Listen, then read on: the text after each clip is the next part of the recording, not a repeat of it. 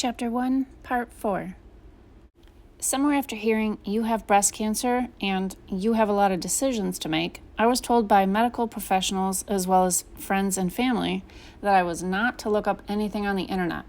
I was only to use specific websites to gather information. Why? Because there's a ton of false information out there and a lot of material that you come across will unnecessarily scare you. Here's what I said. Screw that. I was scared to death, and someone just told me that I had cancer. From this point on, it would be 2 months before I actually slept more than an hour at a time. And even then, it would be due to the pain medication from surgery that allowed me to sleep. I spent my sleepless nights reading everything I could find on the internet. I watched every video that related to my situation, good or bad. I watched them all. Yes, they scared me, and I cried more than once. But I would still advise anyone in my position to research as much as possible. Yes, go to the trusted websites, but also watch the videos of other breast cancer survivors and read their stories. Just keep in mind that what you're watching and reading is one person's journey and not yours. Why would I give such advice? Simple. When I went to my very first appointment after the biopsy to talk with my doctor about treatment options, I was able to ask a ton of questions because of all the research I had done. I saw some surgeries that had gone bad and was able to ask the doctor about these types of cases. When it comes to reconstruction surgery, which I opted for, I underwent at the same time as my mastectomy. The options are plenty, and I learned that not all surgeons specialize in all types of reconstruction, so do your own research. It didn't take long to learn that breast cancer is much more than just those two little words. You don't know what you don't know until you know. My grandmother, who passed away in 2006, had colon cancer, and all I knew were those two little words. I knew she was sick, but my grandfather took care of her, and the details of her condition were never freely handed out.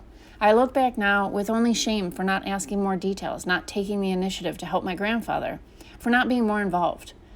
I know I went to see her when invited, but did I send a card, bring over dinner? Not that I recall. Well, now that I have been through the process myself, I value the people in my life who care enough to send a message of love. It really does say a lot about a person's character when they take even just a moment of their valuable time to send a quick thinking of you card, email, or even just a text. It's been years since my pathology report was handed to me, and I still have to look at it when I'm asked the particulars of my diagnosis. My results came back as such.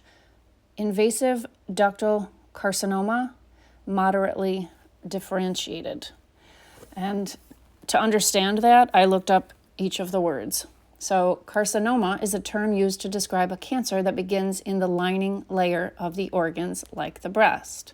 Invasive, these words are used to mean that the cancer is not a precancer, it is not in situ, but it is a true cancer.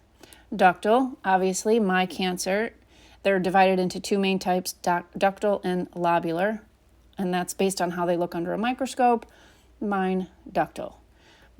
Well-differentiated carcinomas have relatively normal-looking cells that do not appear to be growing rapidly and are arranged in small tubules, I don't know what that word is, for ductal cancer and cords in lobular cancer. These cancers tend to grow and spread slowly, so they have a better prognosis. Poorly differentiated carcinomas lack normal features, tend to grow and spread faster, and have a worse prognosis. Moderately differentiated carcinomas have features and prognosis in between these two.